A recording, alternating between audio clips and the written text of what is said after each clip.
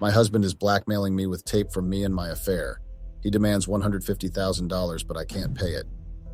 Hey Reddit, my name is Camille, 33 female, married to Wilson, 37 male, for 13 years.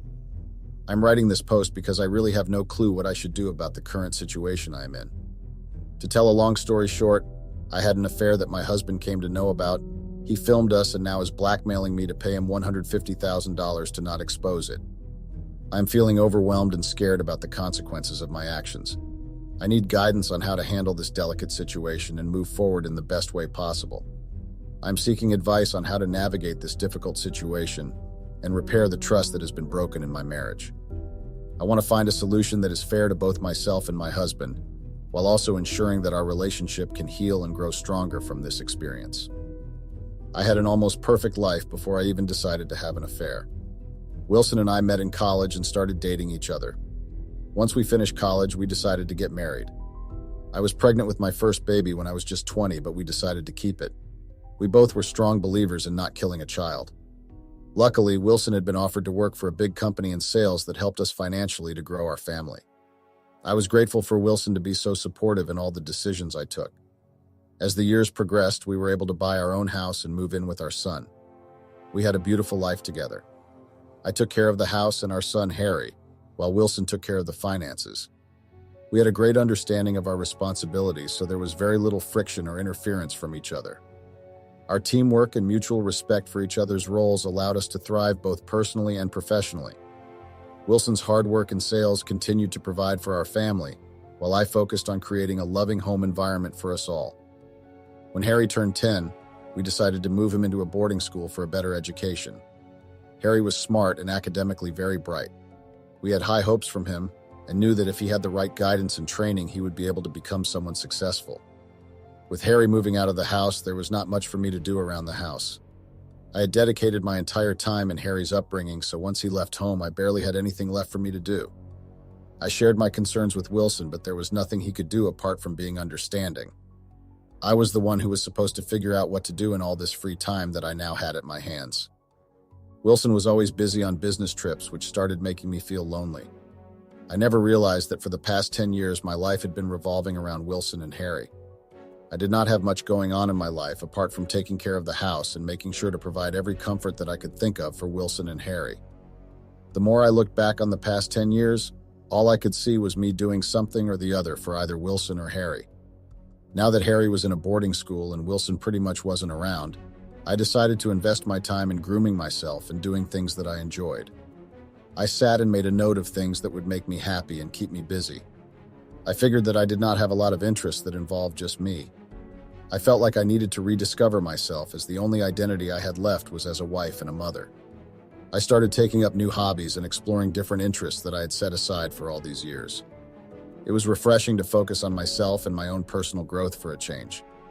I realized that rediscovering myself was essential for my own happiness and well-being. After trying out various things like pottery, book club, yoga, and aerobics, I finally found a new hobby which I had completely forgotten about, which was learning to play the piano. I knew the basics as I grew up taking a few piano classes. I thought of making a good use of my free time by doing something productive, which I enjoyed at the same time. I thought of taking my hobby and converting it into a skill that I could flaunt. I discussed it with Wilson, who was nothing but supportive, and was glad that I was making use of my time in a better way. One of my friends recommended her kid's piano teacher to me. I thought of hiring him to save myself from the hassle of searching for a new teacher. We spoke over the phone, and he told me that he would have to assess my skills before he could accept me as his student. I was a little taken aback by this approach of his, but I guess any good teacher would have said the same thing. We had agreed to set up a session after 2 days at 11 in the morning and take it from there once he was satisfied. So I had 2 days to practice my piano skills to impress my teacher, who I hadn't met so far. On the day, I felt very nervous, as if I was taking a test and I had no other option but to pass. My piano teacher, Samuel, was a young man around 28, lean and looked like a kid. I did not know if this was a good idea, as I did not know how well he would be able to handle teaching an adult. He looked very serious about his profession, so I thought, why not give it a try and see how things go? After the initial greetings, he asked me to play a piece that I thought I could play. He was very derogatory in his remarks and looked like he knew it all. I decided to let it slide and focus on my piece. After I was done, I looked at his face, which looked dissatisfied. I was not very keen on continuing to hire him to teach me. He said that it was okay and he could work with it. I hated his arrogance and lack of professionalism, but I decided to give him another chance. I made it clear that his attitude needed to improve if we were going to continue working together. He didn't have a choice but to agree, as I was the one who would be paying him for his services. We decided on the time and days, and I told him very clearly that it was a temporary arrangement and would only become permanent once I was satisfied by his classes. I couldn't stop myself from letting Wilson know about how the trial session went. I was on the phone with Wilson and narrated the whole scenario to him. He told me to find someone else if I was unhappy with Samuel. I agreed with Wilson and told him that for the time being, I would make do with Samuel, and once I found someone better, I could easily replace him. It was reasonable, so Wilson just left it to me to deal with it. I was to have classes with Samuel 4 days a week since I still wanted to keep my weekends free for Wilson. I decided to give Samuel a chance and see how things went. I knew that finding a new tutor would take time, so I was willing to make it work with Samuel for the time being. Though I was not a big fan of the way he treated me, I decided to continue learning from him till I found someone suitable who could replace him. I hoped that with time, Samuel would improve his teaching style and our dynamic would become more positive. Additionally, I made a mental note to start looking for a new tutor in case things did not improve. Over the days, Samuel became a little softer towards his approach while talking to me. I was still searching for a tutor since I was not very open to taking criticism from Samuel. His remarks were very non-professional and felt more like personal jibes than anything to do with my piano skills. The only reason I continued to tolerate Samuel was that he was really a good teacher. He knew a lot of tricks and easy methods which could help me improve my skills drastically. Every time Wilson would come back from one of his trips, I would prepare a piece to play for him to show him how much I have improved. As always, he would be in awe and tell me how proud he was of me. My piano skills kept improving, and so did the physical attraction between me and Samuel. With Wilson staying away more than ever, I could not help but keep thinking about Samuel. The way he looked at me, his soft hands and his breath on my neck while showing me the correct keys. I could not focus on anything else when he would sit next to me and show me how to hit a certain key. As our connection deepened, I found myself eagerly anticipating our next lesson, savoring every moment we spent together at the piano. The music seemed to come alive under his guidance, and I couldn't deny the growing feelings I had for him. I also noticed that Samuel looked at me with great intensity in his eyes, as if he knew that there was going on between us. I could see that he was trying too hard not to get carried away and focus on just doing his job. It had been more than 2 months since Samuel had started teaching me. Wilson was out on a business trip for the next 15 days, and I had no idea how I could control myself from not trying to make moves on Samuel. The thought that we would be alone for the next 15 days, at least the days he would be coming for the classes, was killing me on the inside. I don't know why, but I was really curious to know if Samuel felt the same way about me. Not that it would have mattered, because I was very clear in my head that I did not want to do anything that would jeopardize my marriage or the trust that Wilson had in me. I was so uneasy and wanted to know if the feelings were mutual. The next day, I decided to dress up a little more than usual to check out Samuel's feelings for me.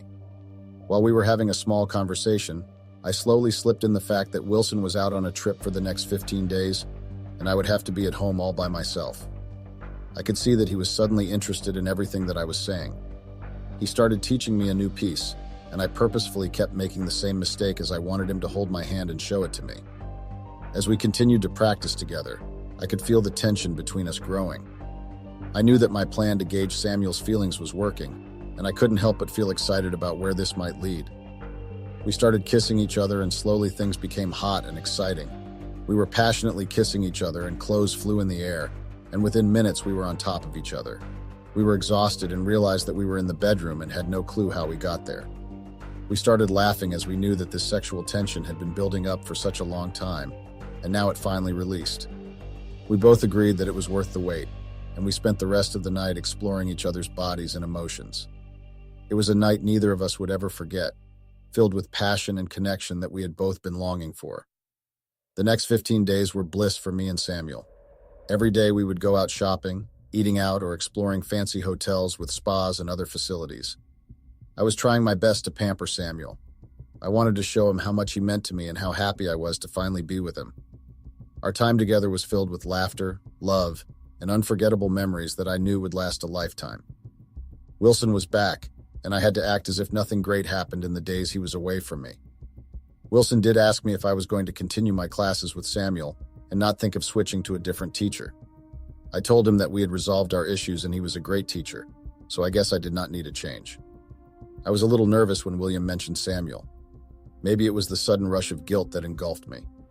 I could see how much Wilson trusted me, and I had been taking a lot of advantage of it lately. He was not a bad husband. He was just too busy to make money to make sure that his wife and son could live a comfortable life. It was not his fault at all. But I knew deep down that I needed to make things right and be honest with him about my feelings. I couldn't continue to deceive him and take advantage of his trust. I needed to have an open and honest conversation with Wilson about how I was feeling, even if it meant risking our relationship. It was time to address the situation head-on and make things right before it was too late. I was in two minds whether I should let Wilson know about the affair and ask him to forgive me for crossing the line, or I should continue having an affair with Samuel without Wilson getting to know about it. I couldn't make up my mind, so I decided to go with the flow and deal with it when the time comes. Wilson was out on another trip and sent me a text asking me to keep myself available over the weekend as he had something important to discuss with me. Wilson never sent me such a text, so I was a little nervous about what he had to say. Maybe it was about Harry, as he would soon be finishing with his semester and would be coming home for the summer. I knew that I did not have a reason to worry about anything. I was very confident that Wilson had no idea about me and Samuel. I told myself not to think of negative scenarios in my head. Maybe Wilson just wanted to talk about our next vacation with Harry. He might need my help in choosing the destination, hotels, and activities. I decided not to call Samuel for a class just as a precaution. It's better to be safe than sorry, right? I spent the rest of the day distracting myself with work and errands, trying to push away any lingering doubts. As the hours passed, I couldn't shake the feeling that something was off. Maybe I was just being paranoid, but I couldn't shake the nagging worry in the back of my mind. To put myself at ease, I made an extra effort to pick Wilson from the airport. I don't remember the last time I did it. He was obviously surprised to see me. He kissed me and held me tight for a long time. This was the man I knew who I fell in love with. On one hand, I really felt bad for cheating on him, but on the other hand, I couldn't get enough of Samuel. I know I was sailing in two boats, but I couldn't help myself. I knew I had to decide soon before things got even more complicated. Wilson deserved honesty and respect, and I needed to figure out what I truly wanted in the long run. I needed to confront my feelings and make a decision before hurting anyone further. It was time to have an honest conversation with both Wilson and Samuel to sort out my emotions and make a choice. I was dying to know what Wilson wanted to talk about. He started the conversation with how I had been all these days without him. Frankly, I wanted to let him know about my affair with Samuel, as I was feeling too guilty about it. Seeing Wilson in front of me was making me realize what a shitty person I had been to him. He asked me how Samuel was doing. It came as a surprise that the most important thing Wilson wanted to talk about was about Samuel. He asked me if Samuel had been enjoying all the pampering that I was doing. My world came crashing down once I realized that Wilson was aware of my affair with Samuel. I couldn't get words out of my mouth, as I had no reason to go and cheat on my husband to begin with. I could not believe that Wilson knew about the affair for such a long time and took no action. He did not try to have an argument or accuse me or confront me about it. He told me that he doesn't mind me having an affair with whoever I like. The problem he has is with me spending his hard-earned money on my lovers. He asked me to look at the folder with all the details of the items that I had spent on since I started the affair. Wilson said that he would leave me alone if I repaid him for all our expenses that he had spent his money on. I could not believe that all Wilson cared about was the money. He did not even feel any emotional discomfort that his wife was cheating on him. I told him that maybe him being so nonchalant was the reason I wanted to have an affair in the first place.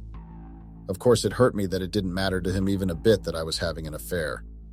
I did not know if I wanted him to feel bad and heartbroken about it. I was very angry and told him that there was no way I would be paying him for anything. He laughed and told me to be careful with what I would be saying next. His laugh was sinister and was creeping me out. I knew that there was something big that he had under his sleeve which I wasn't aware of. I could feel the tension between us growing, and I realized that this situation was far from over. It was clear that there were more secrets and surprises yet to be revealed. Wilson told me that he would give me some time to collect my thoughts and make the best argument that I could to defend myself for having an affair. He said that he gave it a lot of thought and could hardly come up with a very good reason for it.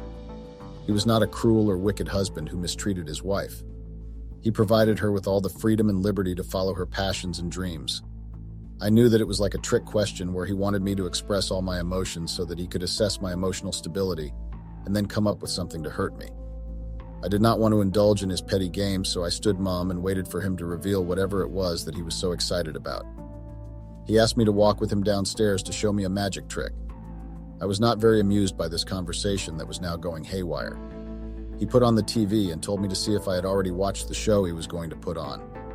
I was confused as to where this conversation was moving. As he was busy trying to get everything together to start, I was getting annoyed and about to give up when I noticed that it looked very familiar to our house. He started playing the clip, which was the recording of our very own house. It seemed like a very old recording. It started with Samuel walking in on his regular time of classes. We started playing the piano for a while. He gave me a few instructions and then sat down beside me to teach me something new. After a while, we started kissing each other and forgot about the entire session. We started undressing each other, and that's where Wilson paused the video. He just looked at me and said that he could continue showing me the entire recording if I started enjoying myself while watching it. Obviously, I was embarrassed, guilty, and felt like crap at that moment. I did not know if it was a good idea to reason with Wilson at this point, so I decided to keep quiet. He asked me to pay back every penny that I had been spending in the guise of being bored while enjoying Samuel. All the expensive gifts, trips to spas, and resorts were all being enjoyed with his money, and now he wanted it all back. I told Wilson that he was being unreasonable as he knew that I don't have that kind of money. He just said that I should have thought about all of this once I decided to start cheating on him. He said he doesn't care where I get the money from. Wilson did not care what I did to come up with the money. He told me to beg, borrow, steal, or ask my lover to pay up since he was the one enjoying all the luxuries that Wilson was providing us with. Wilson told that he was going to be generous and give me a month's time to make sure I arranged money. If not, he would circulate this clip and many other recordings that he had in his possession to everyone who even remotely knows about me. He just picked up all of his stuff and walked to the study room. I could not handle the way he was being so calm and composed about this whole situation. I was mad at him for not being angry or agitated with the fact that I had an affair. All he cared about was the money. So Reddit, here I am getting blackmailed by my own husband to pay him for not exposing my affair. I mean, there were a million different ways in which he could have handled this situation. How could he care more about the money than the trust and emotions that are related to a relationship? I am not in a position to be able to come up with the insane amount of money that Wilson has quoted. I have never earned a penny in my entire life, so there was no way that I would be able to arrange for $150,000 in a month. I need your help and support to deal with the situation I am in. I don't see a way out of this. I would request anyone to give me any ideas on how to convince Wilson to try and forget everything and start over. Update. Just a recap on the previous events. Wilson caught me and Samuel, my affair, on tape and has been blackmailing me ever since to give him $150,000 to leave me alone. Of course, it's a lot of money, and obviously there is no way I stashed away so much cash to just throw it on his face and get it over with. Wilson would come up with new jargons and abbreviations to humiliate me every day. Also, he would give me a countdown every day to let me know the number of days I had to come up with that money. I spoke to Samuel about Wilson getting to know about the affair. I also told him that he has demanded to give him $150,000 if I do not want a clip of our intimate actions to be released to all the people I know. He was basically blackmailing me into coming up with a load of money which I did not have. Samuel listened to me and asked me not to worry about it as we could figure something out. I felt a little reassured that at least I was not alone in all this mess. I had someone who I could rely on and come out of this situation. Samuel told me that he needed some time to think about what we could do, and that he would get back to me once he finds a suitable solution. I was grateful for his support and knew that together we could find a way to handle the situation. Samuel's calm demeanor gave me hope that things would eventually work out in my favor. I advised him to stop coming home as Wilson was hovering over me since the time he got back. It would be better if he doesn't see us together, at least till the time this problem is cooled down. It had been a week and Samuel had not sent me a single text. I knew he might be worried about the money, but he should at least have a minute to send me a text letting me know what was happening. I kept trying to reach Samuel, but the calls kept being diverted to voicemail. Maybe he was trying to arrange the money, and that was the reason why he wasn't picking up my calls. I was so desperate right now, and I couldn't think straight. It had been 2 days since Samuel stopped answering my calls. I had no clue where he was, and I just realized that I didn't even know where he lived. It suddenly struck me that Wilson had a problem with me, and not with Samuel. Samuel had nothing to worry about since there was hardly anyone who knew him in my circle. The realization of me being dumped by the person I was having an affair with hurt me. I guess I can't expect someone to be loyal to me when I myself was cheating on my husband who trusted me blindly. Karma does come back to bite you when you least expect it. The pain of betrayal hit me hard as I reflected on my own actions. It was a harsh lesson in the consequences of infidelity. I was running out of time and had no money. I decided to beg for forgiveness and ask Wilson to give me another chance. I would be the best wife in the whole wide world. To my surprise, Wilson agreed to give me a chance.